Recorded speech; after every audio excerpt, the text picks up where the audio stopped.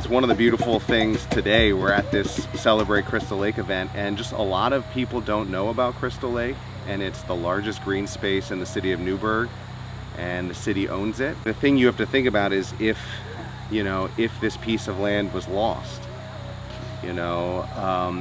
if this was turned into a commercial development or a housing development, I mean, what would change is that you would blink your eye and you would lose a chance to keep 100 acres of forest and wetlands and lake that's in the middle of a city and in the middle of a neighborhood that doesn't have an actual park.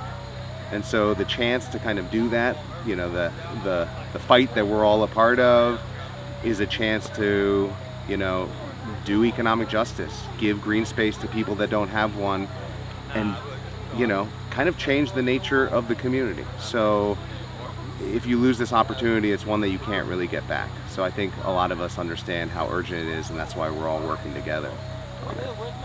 And I was thinking earlier this morning, what a park is.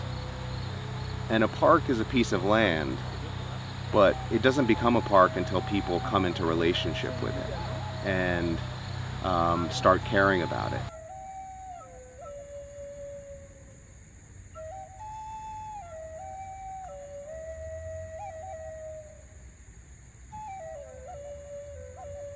The Ecological Citizens Project is a small change-based nonprofit located in the Hudson Valley, also on my wife and our farm, Long Haul Farm, and we just work on community-led campaigns in the Hudson Valley that build a more just, healthy, happy, and free community. The Regenerative Communities Program is a program we launched in 2020, coming actually right when COVID-19 hit, and I think a lot of people realized that access to food, access to green spaces is a real challenge, especially in communities that are low income, communities of color.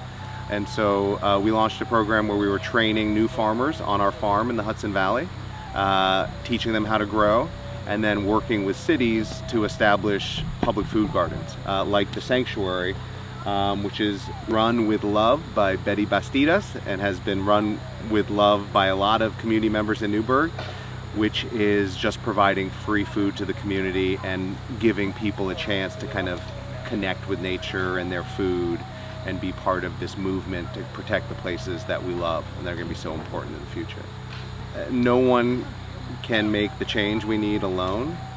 So starting a small nonprofit and working with communities was just a way to make sure all of us who care about places and kind of believe we can build a better world are connected.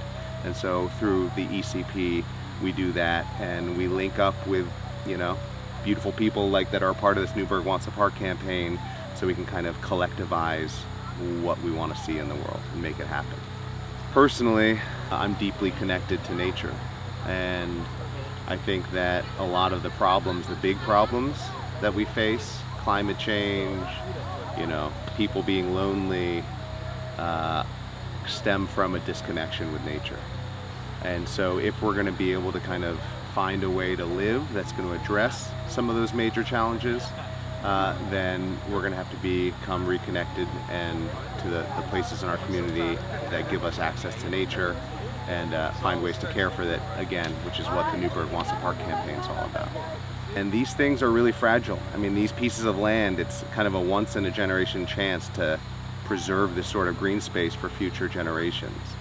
I personally think, like, in America, where there's less and less spaces for people, everything's private, everything's about if you're a paying customer, that preserving public places where people can come together, be in nature, get to know each other, it is so essential, especially in an America sometimes it feels like it's pulling apart.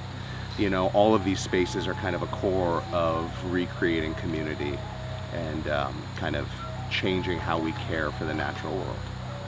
And so I think in the future of Crystal Lake, you'll come here and you'll see families barbecuing and enjoying food on the banks of the lake, and you'll see people fishing, and you'll see people boating, and you'll see kids running through the forest, getting outside. And I think people will look back and realize that, this was such an essential thing to do to make sure that people could be with each other, in a space that connects them to the world. And I think there'll just be a lot of joy here, and there'll be a lot of reconnecting with land and nature and with each other here. So I think it's going to be a beautiful future for Crystal Lake.